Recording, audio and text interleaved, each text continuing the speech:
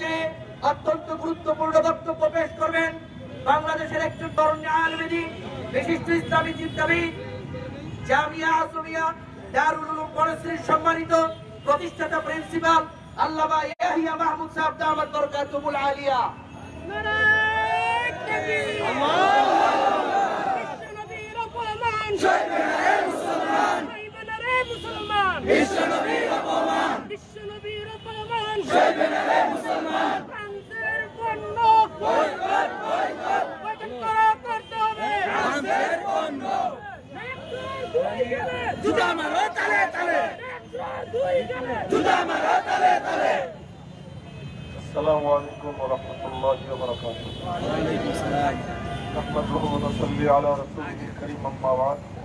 أعوذ بالله من الشيطان الرجيم. بسم الله الرحمن الرحيم. يا أيها الذين آمنوا لا ترفعوا أصواتكم فوق صوت النبي. صدق الله مولانا العظيم. محترم حضرات উলামা ইকরাম, সম্মানিত আশিকে রাসূল ভাইয়েরা, আমরা এখানে উপস্থিত হয়েছি শুধু আমাদের মনের ভিতরে যে আগুন জ্বলছে সেই আগুনের প্রদর্শনী দেওয়ার জন্য। আমরা এটা সুনিশ্চিত জানি যে ফ্রান্স আমাদের আওতার মধ্যে নাই। আমরা ম্যাক্রোকে আমাদের হাতের কাছে পাচ্ছি না। যদি আমরা আমাদের হাতের কাছে পেতাম তাহলে আমরা কেউ বাকি থাকতো না। আমার মনে হয় এইখানে উপস্থিত অনুপস্থিত সমস্ত মুসলমান নিজেকে ভাগ্যবান মনে করত যদি ম্যাক্রোকে একটা লাঠি মারতে পারত, তাকে একটা জুতা মারতে পারত, তার চামড়া ছিলে তার জিহ্বা কেটে যদি টুকরা টুকরা করতে পারত, মুসলমানরা আনন্দ অনুভব করত। আমরা শুধু এতটুকু বলবো যে আমরা ক্ষুব্ধ এবং প্রত্যেক মুসলমানের ক্ষুব্ধ হওয়া তার ইমানি নৈতিক দায়িত্ব। যার অবস্থান যেমন তার ক্ষুব্ধতার পরিমাণও যেমন হতে হবে। আমরা উলামা ইকরাম যারা আছি, ছাত্রবাত্র যারা আছি, দিনদার ধর্মপ্রাণ মুসলমান যারা আছি, আমরা আমাদের ক্ষোভ ব্যক্ত করতে পারি, আমাদের দোকানের পণ্য বর্জন করতে পারি, কিন্তু রাষ্ট্রীয়ভাবে কোনো কিছু করার ক্ষমতা আমরা রাখি না। এই ক্ষমতা যারা রাষ্ট্রের কর্ণধার তাদের হাতে। সুতরাং রাষ্ট্র যখন গণতান্ত্রিক এবং এদেশের ৯৭ জন মুসলমান, তো ৯০ জন মুসলমানের মনের আবেগকে যে সরকার সম্মান জানাতে পারে না, যে গণতান্ত্রিক সরকার ৯৭ জন মুসলমানের মনের আবেগের দাম দিতে জানে না, এই সরকারের তো ক্ষমতায় থাকার কোনো অধিকার নেই।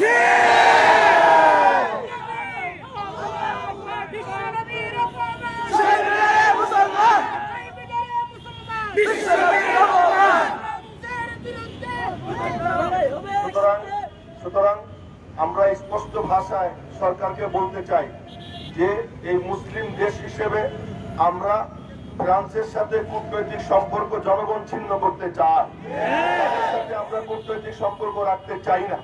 সুতরাং মুসলমানরা যখন রাখতে চায় না, মুসলমানদের প্রতিনিধি হিসেবে ভালো করে মনে রাখবেন যে নবীজির অবমাননাকে যে সমর্থন করবে নৈতিকভাবে তার ঈমান থাকবে না।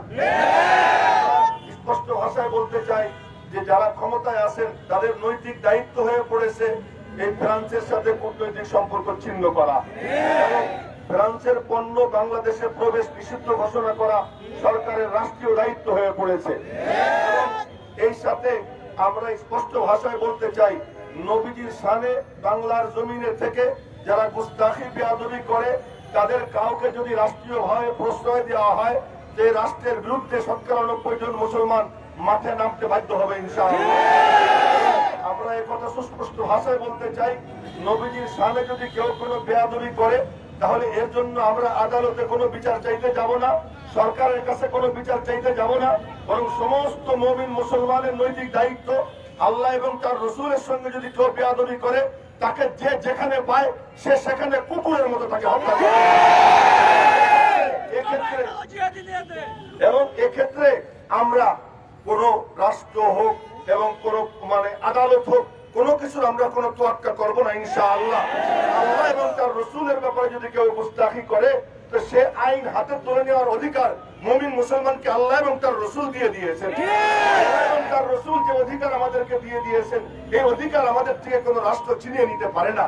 সুতরাং আমরা সাবধান করে দিতে চাই যে নবীজির শানে যদি কেউ কোনো গুস্তাখি করে রাষ্ট্রের নজরে আসে তাহলে রাষ্ট্র যেন তাকে নিয়ন্ত্রণ করে, যদি নিয়ন্ত্রণ না করে জনগণ আইন হাতে তুলে নিতে বাধ্য হবে।